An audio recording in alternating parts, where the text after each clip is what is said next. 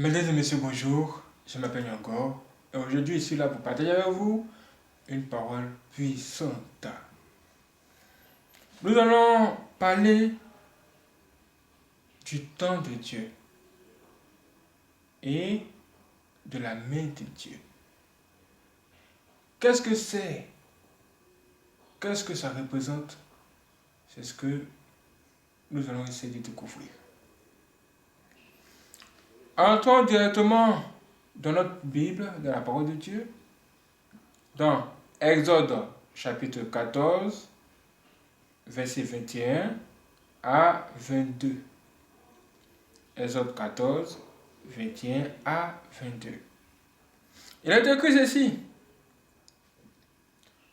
Moïse étendit sa main sur la mer, et l'Éternel refoula la mer par un vent d'Orient qui souffla avec impétuosité toute la nuit. Il mit la mer à sec, et les eaux se fondirent. Les enfants d'Israël entrèrent au milieu de la mer à sec, et les eaux formaient comme une muraille à leur droite et à leur gauche. Mes frères, le thème de ce matin, c'est le temps de Dieu, c'est un seul jour. Dis avec moi, le temps de Dieu, c'est un seul jour. Un seul jour, Dieu entrera dans ta vie et il changera tout. Avez-vous vu ce que Dieu a fait pour Moïse et son peuple? Quand le temps de Dieu arrive dans ta vie, il lève la main pour fermer la porte à tes ennemis et t'ouvrir une grande porte. Dis avec moi, une grande porte.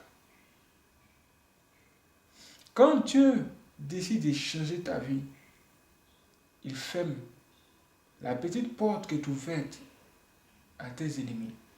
La porte par laquelle il passe pour t'attaquer, Dieu ferme ça d'abord. Il le bloque. Il le bloque. Et après, qu'est-ce qu'il fait?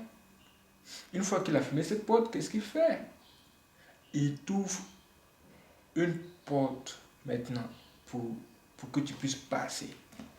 Mais ça sera une très grande porte. Ça sera une très grande porte. Ça sera impressionnant. Tu sauras que c'est la main de Dieu qui est en train d'agir parce que ça te dépasse. Ça va te dépasser. On nous dit que les eaux ont formé comme deux murailles.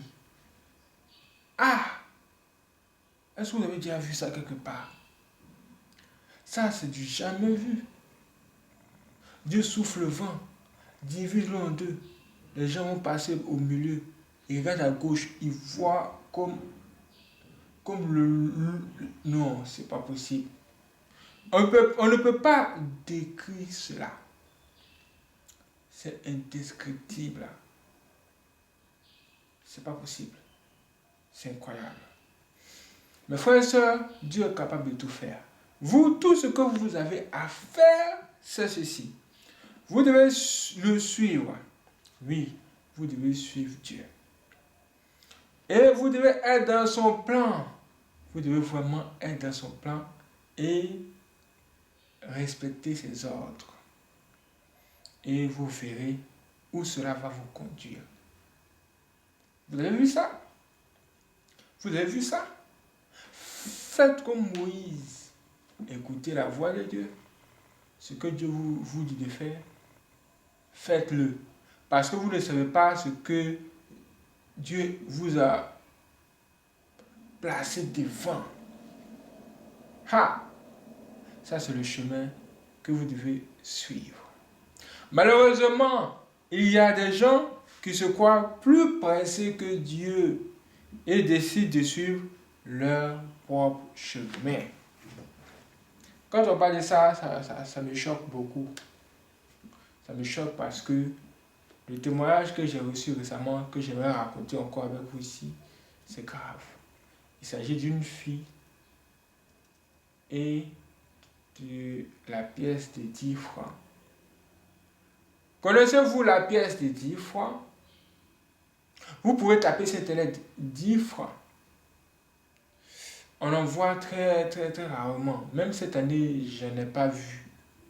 C'est devenu pour moi très rare. Mais ça existe. La pièce de 10 francs existe. Mais quel est le problème avec la pièce de 10 francs? Le problème, c'est que cette fille qui est à côté, ce témoignage que je vais vous raconter maintenant, elle nous dit qu'elle avait une camarade. Une camarade qu'elle suivait. Et cette camarade-là faisait partie du groupe de filles qui étaient des escortes. Des filles qui sortaient avec les hommes riches, les sugar daddy et tout ça.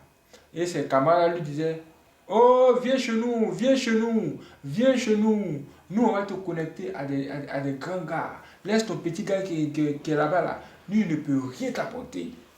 C'est ce que ces filles lui disaient. Et elle a commencé à les suivre. Voici comment elle est entrée dans leur groupe. Mais ce qu'elle a vu là-bas, c'est grave. Quand ces filles-là vont faire les choses avec ces hommes riches leur donnent beaucoup d'argent. Mais le problème, c'est que beaucoup d'argent qu'elles vont recevoir, là, vraiment, c'est mérité. Parce que ce qu'elles vont faire là-bas, elle nous dit que non, ce qu'elle a vu que les gens font là-bas, non, c'est pas possible. Elle nous dit par exemple, le monsieur peut être là et il va demander à la fille d'uriner dans sa bouche. Elle nous dit que cette histoire de porte-à-porte, vous découvrez cela maintenant, mais ça existait depuis très longtemps. Et elle a connu toutes ces choses. À un moment donné, ces filles-là se sont dit que non, il faut qu'elles commencent à pêcher le poisson d'elles-mêmes. Parce que, bon, recevoir toujours de l'argent, venant de ces hommes, de ces grands types. Non, elles disent qu'elles veulent aller pêcher. Parce que ces grands types-là, souvent, les faisaient passer par des rituels. C'est-à-dire, le monsieur doit faire un rituel, il a besoin d'une fille pour faire le rituel. Il appelle l'une de ses filles, elle participe au rituel. À un moment donné, elle est vaccinée. Elle dit que bon, puisque c'est comme ça, moi-même je vais aller chercher à savoir comment on fait même pour entrer dans le game, pour pouvoir faire aussi du rituel, pour avoir l'argent, et puis bon. Et voici comment elles se sont mises à chercher et elles ont entendu parler du marabout 10 francs. Savez-vous pourquoi on appelle ce marabout le marabout 10 francs? Le saviez-vous? On nous dit qu'on appelle ce marabout-là le marabout 10 francs parce que lui ne reçoit que les 10 francs. Tu vas dire que c'est facile, c'est simple. Mais le problème va venir que lorsqu'il va te demander le nombre de 10 francs à donner.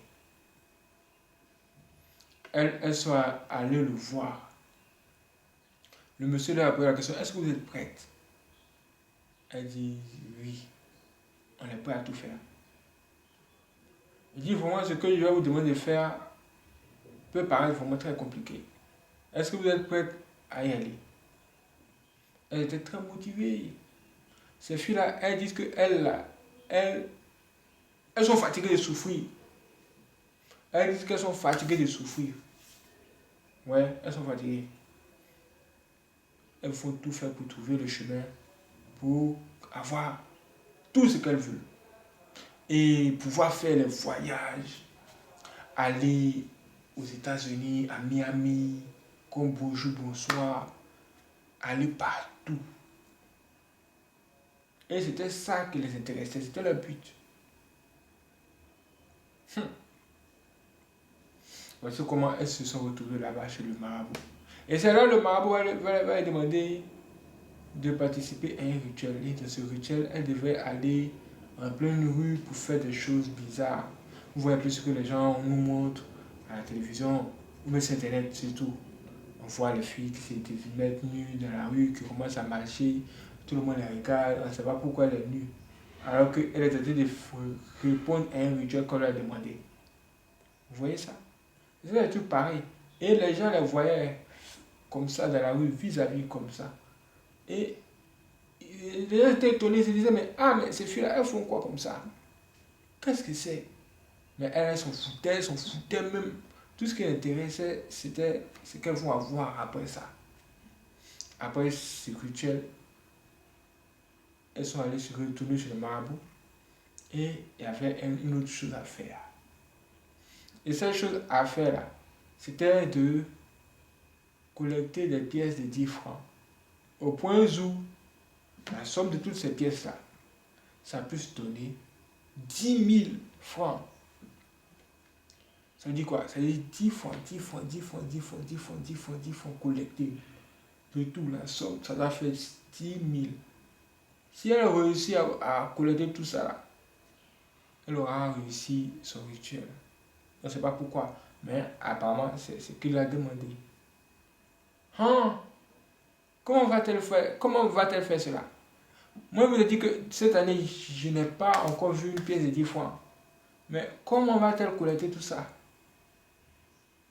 Ah, c'est bizarre. C'est une histoire qui s'est passée il y a quelques années. Peut-être que c'était un peu simple pour elle. Mais bon, peut-être que c'était un peu difficile, mais je suis sûr que c'était quand même un peu compliqué. On nous dit qu'elles se sont rendues dans les centres commerciaux pour aller chercher les pièces de 10 francs à gauche et à droite. Hein? Les filles là. Et elles ont réussi, hein. On nous dit qu'elles ont réussi à collecter les pièces de 10 francs, 10 francs. Et moi que je calcule, je dis, mais attends. 5 pièces de 10 francs, ça fait 50 francs. 10 pièces de 10 francs donne 100 francs. Pour avoir 1000 francs. Pour avoir 2000. 3000. Hein? Donc tu vas sentir la souffrance. Juste en faisant ce jeu, tu vas sentir que vraiment la souffrance existe. Mais elles ont réussi à le faire. Cela dit que vraiment ces filles-là sont fortes. Ces filles-là sont fortes. Quand j'ai entendu cette histoire, j'étais choqué. Et après ça, après tous les rituels qu'on leur a demandé, elles ont commencé à avoir leur vie changée. Elles ont subitement commencé à devenir riches.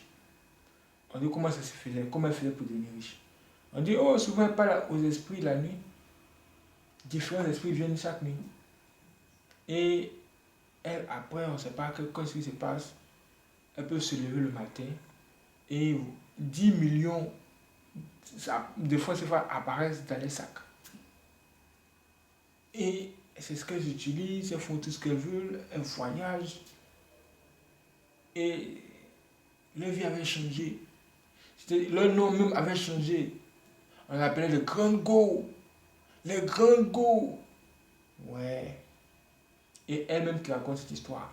Elle nous dit que le jour qu'elle partait faire le rituel sur le lieu public, c'est elle qui conduisait, c'est elle qui avait le volant. Mais à un moment donné, quand elle voulait aller plus loin dans ce rituel, elle a croisé son oncle policier sur la route, qui lui a dit, toi là tu vas où? Retourne à la maison. C'est ce geste que son oncle a fait là, qui l'a bloqué dans son processus. Hey! Après tout ça, elle, la fille même, elle a commencé à voir que elle n'a pas d'argent. Ce sont ces filles-là qui ont l'argent, qui lui donnent tout le temps de l'argent. Elles sont de différentes classes. Les deux n'ont plus la même pensée. Et les deux se sont séparés naturellement. Après, elle était dans son coin. Et quelques temps plus tard, plusieurs années plus tard, elle apprend que l'une parmi ces filles-là est morte. Quand elle a appris que la fille est décédée, comme c'est sa camarade, et que sa camarade a vraiment été gentille avec elle, elle allait à ses funérailles. Arrivé là-bas, tout le monde passe à côté du cercueil. On regarde dans le cercueil. Eh, la fille elle est jeune, oh. Une fille comme ça, jeune comme ça peut-elle mourir? Non, c'est pas possible. Les gens pleurent, d'autres sont tous accusés, les sorciers disent, oh, ce sont les sorciers. Les sorciers, vous êtes mauvais, vous n'aimez pas voir les gens réussir. Sans même savoir ce que la fille a fait à la source des sources. Mais la chose la plus étrange, ce n'était pas ça. C'était que des pièces de 10 francs apparaissaient dans le cercueil de la fille. On ne sait pas d'où ça quitte, ça apparaît dans le cercueil là. Il y a beaucoup de pièces de 10 francs. La maman est venue voir, elle s'est dit, hey, ça c'est quoi? Qu'est-ce que c'est? Elle ne comprenait pas. Mais la chose qui l'a encore plus choquée se trouvait au cimetière. Là où même on va enterrer la fille là. Le trou ils ont creusé là. Dans le trou là, ils ont trouvé des pièces de 10 francs là-bas aussi. Oui, mais qui est venu te poser les pièces de 10 francs ici là?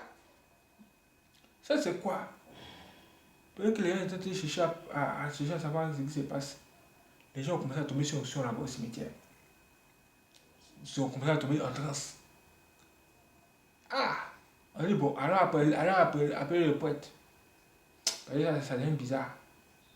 Je laisse aller appeler un poète, venir faire les prières.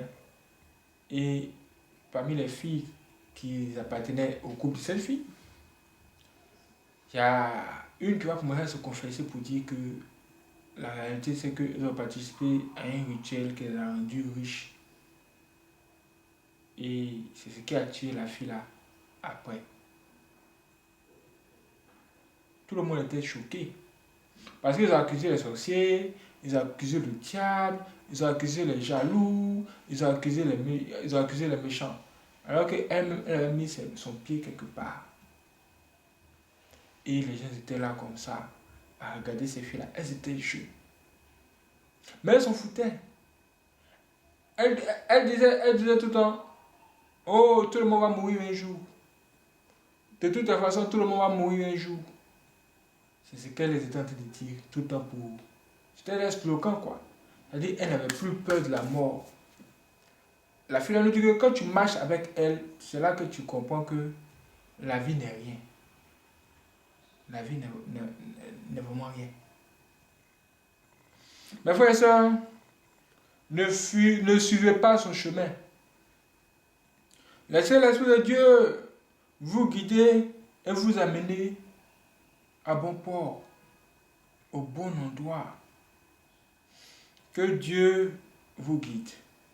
Tout droit vers sa richesse infinie et la prospérité. Que Dieu vous garde.